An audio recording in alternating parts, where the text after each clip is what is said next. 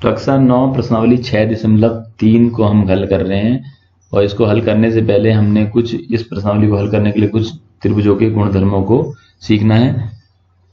तो देखते हैं, एक त्रिभुज है ए बी सी, इसमें कोण ए बी सी के मैंने नाम डाल दिए हैं 1 2 3।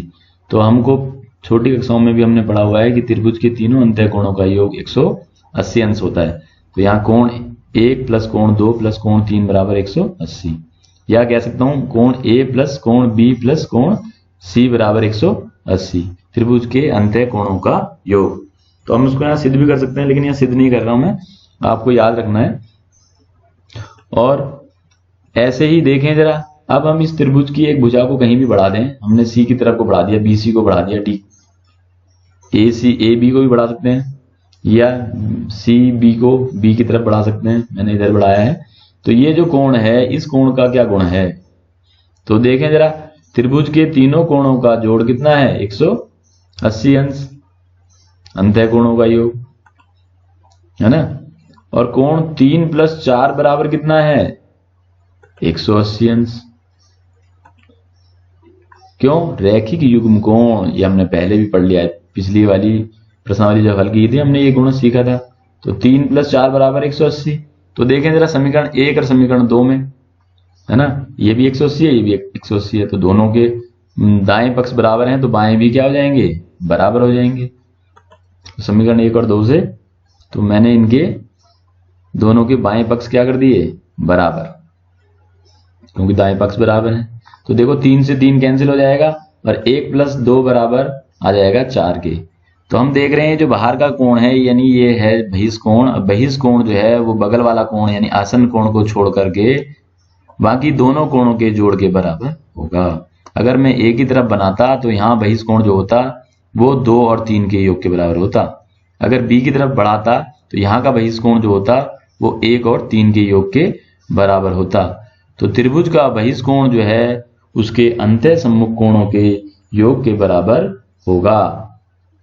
तो ये हमें याद रखना है, इसको हमें यहाँ यूज करना है। तो हम प्रश्न लेते हैं।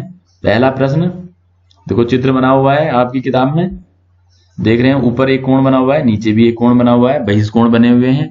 तो अब देखें, पहले ऊपर वाले में देख लेते हैं।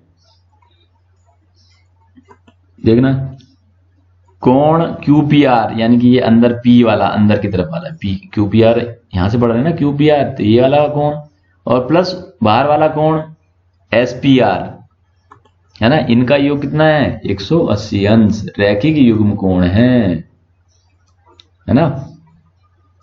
तो SPR का मान दिया हुआ 135, तो 135 रख दें। तो QPR का यानी कि अंदर का जो P वाला कोण है, त्रिभुज का अंतः कोण जो है P, उसका मान आ जाएगा। तो QPR बराबर 180 माइनस 135, और ये आ गया 45 अंश। इसी प्रकार देखें नीचे की तरफ, देखें जरा, इसमें क्या हो रहा है? ये PQR जो है अंदर का कोण Q, PQR मतलब ये Q कोण अंदर, और बाहर का बहिष्कोण, इन दोनों का जोड़ भी 180 अंश है। ये भी रैखिक युग्म कोण है। ये कर्सर देखो हिल रहा है, ये प्लस ये, तो ये भी इसी प्रकार लिख देते हैं हम कि कोण PQR यानी अंतः कोण Q और बाहर का PQR यानी बहिष्कोण, ये इन दोनों का जोड़ 180 है। क्यों है? क्यों? रैखिक युग्म कोण है। ये गुण प्रयोग कर रहा हूं मैं, अभी बहिष्कोण वाला गुण प्रयोग नहीं किया है। तो 110, तो PQR बराबर आ जाएगा 180 माइनस 110 यानी कि 70 अंश। तो देखो, अब अंदर के त्रिभुज के तीनों कोणों में से दो कोण में पता लग गए। पहला वाला कोण क्या है? 45, ये वाला P वाला, Q वाला कितना है? 70, तो R निकाल लेंगे, त्रिभुज के तीनों अंतः कोणों का योग। तो त्रिभुज के तीनों अंतः कोणों का योग लिख दिया हमने यहाँ पे। QPR यानी कोण P, PQR यानी कोण Q, PRQ यानी कि कोण R, इन तीनों का योग 180 अंश लिख दें ब्रैकेट में यहाँ पे, त्रिभुज के अंतः कोणों का योग, इस गुण को प्रयोग कर रहे हैं हम। तो यहां इनके मान रख दिए, अभी पूर्व में जो हमने निकाले हैं ये 45 होता। तो तीसरा कोण इन दोनों को जोड़ा 115 हो गया, और PRQ जो R कोण है जो हमें ज्ञात करना था वो हमको मिल गया, 180 में से घटाया, ये आ गया 65 अंश। तो इस तरह से हमने यहाँ दो प्रयोग किए हैं दो चीजें, दो गुण धर्मों का, एक तो रैखिक युग्म कोण का और एक त्रिभुज के अंत्य कोणों का। तो रैखिक युग्म कोणों को 2 बार प्रयोग किया, यहाँ पे और यहाँ पे, और फिर त्रिभुज के तीनों अंत्य कोणों का। तो इस तरह से ध्यान रखना है कौन कौन सी नियम। फिर अगला प्रश्न देखते हैं। तो चित्र दिया हुआ है आपकी किताब में, देखना ऊपर एक्स कोण जो है अंदर का अंत्य कोण XYZ त्रिभुज का 62 दिया हुआ है और XYZ कोण 54 दिया हुआ है। तो तीसरा कोण निकाल लें पहले, है ना।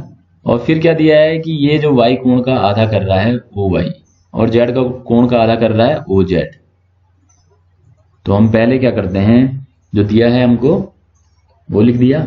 X कोण दिया है 62 और Y कोण दिया है 54। मैं XY क्यों बोल रहा हूं, अंदर के कोण है ना शॉर्ट में। तो त्रिभुज YZ में तीनों कोणों का योग देख लें।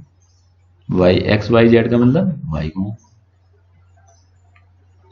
YZ X का मतलब Z, जो बीच में है वो कोण देखना, Y वाला कोण, ये Z वाला कोण, ये X वाला कोण। ये कर्सर देखें आप।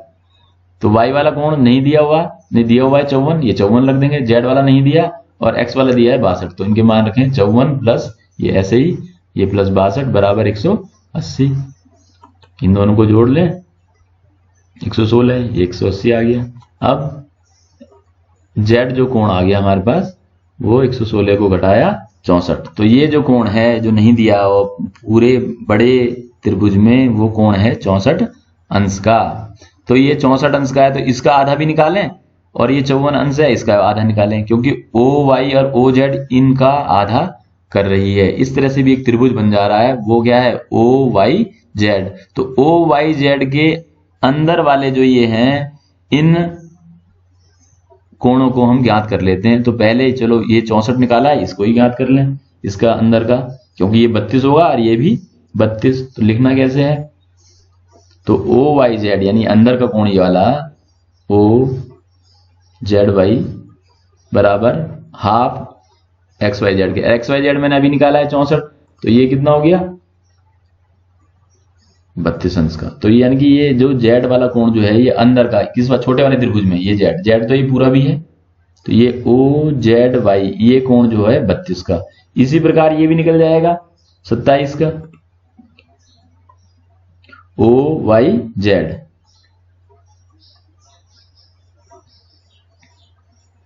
तो OYZ बराबर क्या है XYZ पूरे 54 का आधा। तो 1/2 गुणा 54 यानी कि ये आ गया 27 अंश का। तो ये आ गया 27 का। तो ये अंदर वाला कोण OYZ 27, अंदर यहाँ पे ये कोण OZY ये 32।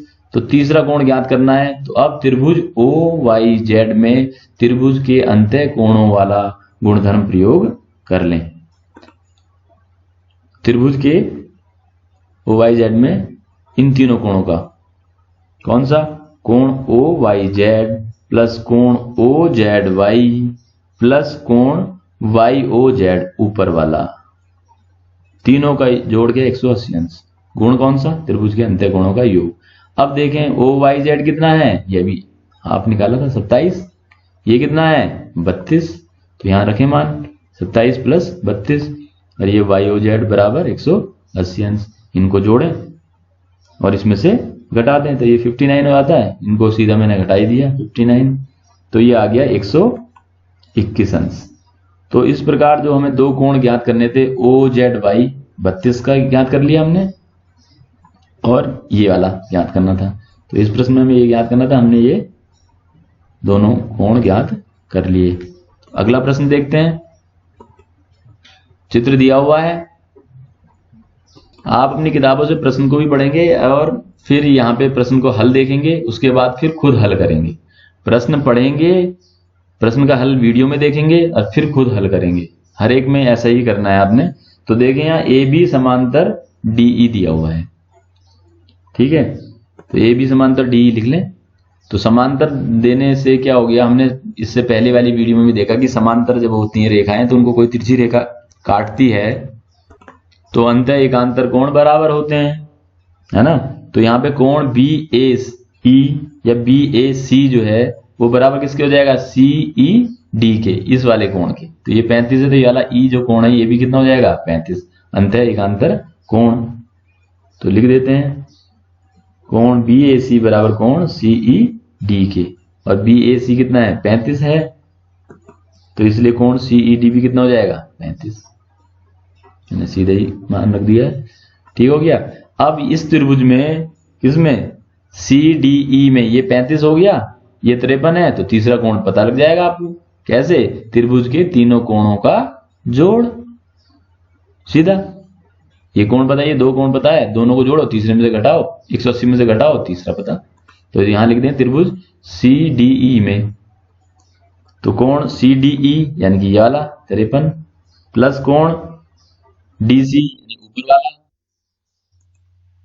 प्लस कोण ये वाला CED ये, तो ये कितना है 53 मान रख दिया। ये तो हमें ज्ञात ही करना है, और ये कितना निकल के आया 35, अभी ऊपर 180, इन दोनों को जोड़ा, ये 88 हो गया 180। अब DC 180 में से 88 माइनस कर लें, तो इस तरह से ये कोण आ गया 92 अंश। तो यहां हमने दो चीजें प्रयोग किए हैं, एक तो एकांतर अंत एकांतर कोण ये, और दूसरा त्रिभुज के तीनों कोणों का योग। तो दो गुण धर्मों का प्रयोग किया है, तो इस तरह से याद भी रखना है कहां कहां क्या क्या हो रहा है। फिर अगला प्रश्न देखें, चित्र दिया हुआ है, तो देखो चित्र के अनुसार देख रहे हैं हम, क्या है कोण PRT दिया हुआ है 40 अंश का, और कोण RPT भी दिया है 95 अंश का, और एक कोण TSQ भी दिया है 75 अंश का। ये दिया हुआ है, चित्र लिख दें, जो जो दिया हुआ है उसे लिख दें स्पष्ट। अब देखें पहले त्रिभुज PRT में है ना, तो इसमें त्रिभुज के तीनों कोणों का योग 180 अंश होता है, तो उस गुणधर्म का प्रयोग करके हम ये वाला कोण ज्ञात कर लेते हैं, कौन सा PTR। तो लिख देते हैं त्रिभुज PRT में कोण PRT यानी R वाला कोण RPT यानी P वाला कोण, और कोण PTR यानी कि T वाला कोण, इन तीनों का योग हो गया 180 अंश। तो ये दोनों तो दिए हुए हैं, तो यानी R वाले में यहां रख दें, यार ये 40 हो गया, ये P 95 हो गया, ये याद करना है, बराबर 180, इन दोनों को जोड़ा 135, और PTR जो हो जाएगा 180 में से 135 माइनस कर दिया, तो ये आ गया 45 अंश। तो ये वाला कोण आ गया 45 अंश। तो एक गुणधर्म हमने यूज किया है त्रिभुज के अंत्य कोणों का योग, ये 45 है, इसके सामने वाला भी 45 होगा, क्यों? क्योंकि शीर्षाभिमुख कोण है। तो हमने पूर्व की जो प्रश्नावलियों में जो गुणधर्म यूज किए वो भी यहाँ पे यूज करने हैं। तो यहाँ शीर्षाभिमुख कोण है, तो ये वाला कोण कौन सा STQ भी 45 हो जाएगा। तो लिख दें STQ बराबर क्या है कोण PTR के शीर्षाभिमुख कोण, तो STQ बराबर कितना हो जाएगा 45।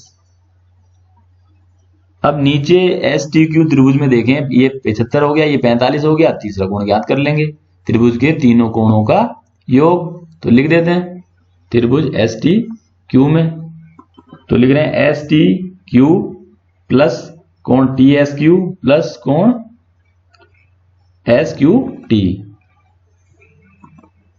तो इनको लिख देते हैं ऐसे 180, इन त्रिभुज के तीनों कोणों को जोड़ करके ये 180 के बराबर लिख दिया। गुणधर्म कौन सा है त्रिभुज के अंत्य कोणों का योग। तो यहां देना T कोण कितना है, अभी ज्ञात किया है वाला STQ 45 मान रख दें, TSQ कितना है S वाला 75, तो यहाँ 45 प्लस 75 प्लस SQT बराबर 180, इन दोनों को जोड़ा और फिर 180 में से घटा देंगे, तो SQT बराबर आ गया 180 माइनस 120, यानी SQT बराबर आ गया 60 अंश का। तो ये कोण भी आ गया, तो हमको यही कोण ज्ञात करना था। तो हमने इसमें क्या क्या यूज किया है, त्रिभुज के अंत्य कोण, शीर्षाभिमुख कोण और त्रिभुज के अंत्य कोण। तो पहले इस त्रिभुज में अंत्य कोणों के योग से ये वाला निकाला, फिर शीर्षाभिमुख कोण की मदद से ये वाला कोण निकाल दिया, है ना, कर्सर पे देख रहे हैं आप। और फिर इस त्रिभुज में नीचे वाले त्रिभुज में तीनों कोणों को जोड़ करके 180 अंश दिखाया, त्रिभुज के अंत्य कोणों का योग। इस तरह से हमने Q कोण ज्ञात कर लिया। तो बार बार जो भी गुणधर्म प्रयोग कर रहे हैं उन्हें ब्रैकेट में लिखेंगे और उनको समझेंगे। अगला प्रश्न देखते हैं, चित्र दिया हुआ है,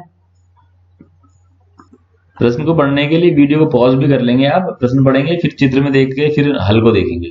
तो देखें जरा यहाँ पे क्या क्या दिया है, जो दिया है वो लिख भी लेते हैं। पी क्यू परपेंडिकुलर है पी एस पे, यानी पी क्यू लंबवत है पी एस पे, ये लिखते हैं। और पी क्यू एस आर के समांतर है ना। तो और कोण जो है एस क्यू आर बराबर दिया हुआ है 28 अंश और क्यू आर टी दिया हुआ है 65 अंश, बाहर को बहिष्कोण जो है, ठीक है। अब देखें जरा, जो कोण 28 है वो 28 प्लस एक्स जो है वो बराबर किसके है 65 के। क्यों है, क्योंकि जरा देखें पी क्यू जो है वो है समांतर एस आर, यानी एस आर टी, वो एक ही रेखा है समांतर। ये कोण इस कोण के बराबर है, कोण पी क्यू आर बराबर है क्यू आर टी के, एकांतर कोण है, अंत एकांतर कोण। तो पी क्यू आर कितना है x प्लस 28 और क्यू आर टी कितना है 65। तो यहां लिख देते हैं कोण पी क्यू आर बराबर क्यू आर टी, और पी क्यू आर जो है वो x प्लस 28 है, इसको हमने तोड़ के लिख दिया P Q S plus S Q R. तो पी क्यू एस कितना है x है, ये कितना है 28 और ये कितना हो गया 65, अंत एकांतर कोण है ना, ये ध्यान रखना है। हमको कोणों को पहचानने भी आने चाहिए कि कौन सा कोण बहिष्कोण दिख रहा है, कौन सा में एकांतर कोण दिख रहा है ना।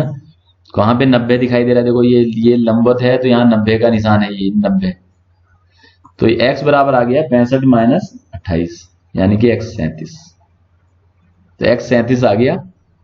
अब देखें इस वाले में त्रिभुज में पी क्यू एस में है ना, पी क्यू एस में देखो ये 90 है ना। मैंने बोला था कि चिन्ह वैसे भी यहाँ पे लंबवत दिया हुआ है तो चिन्ह बताया जाता है कि ये इस तरह का चिन्ह बताता है ये 90 का कोण लंबवत।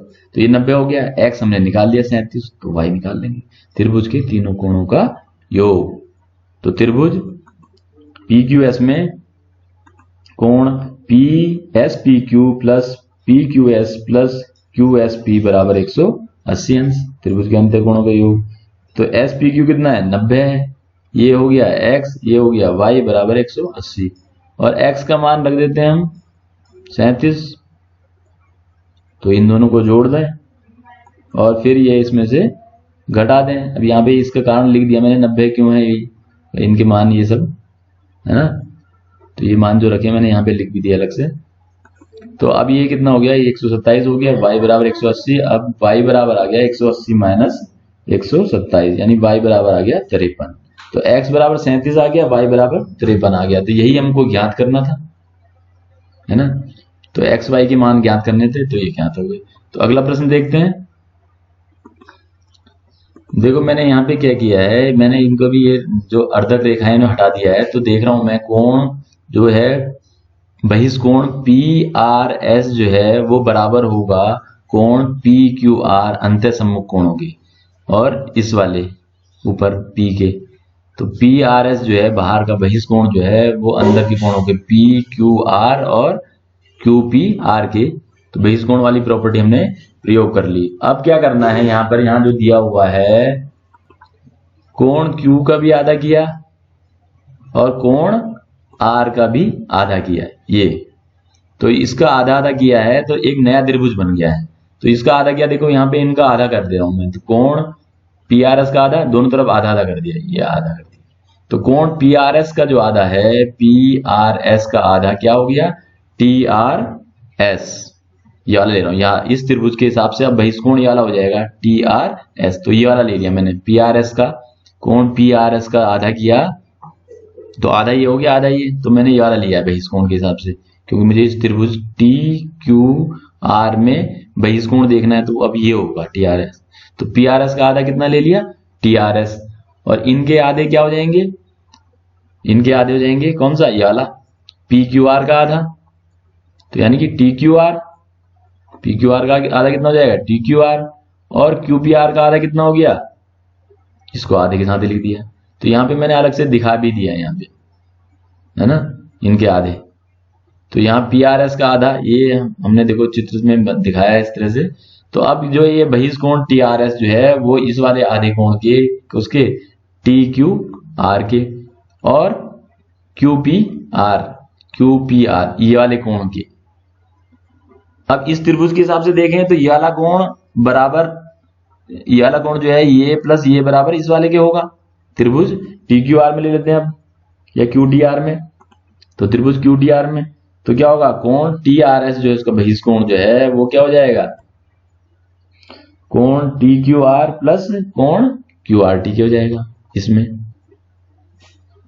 अब ये लेंगे तो अब देखें ये समीकरण 1 और समीकरण 2 में देखें, दोनों को हम बराबर लिख सकते हैं, दोनों समीकरणों को बराबर, तो बराबर लिख दिया।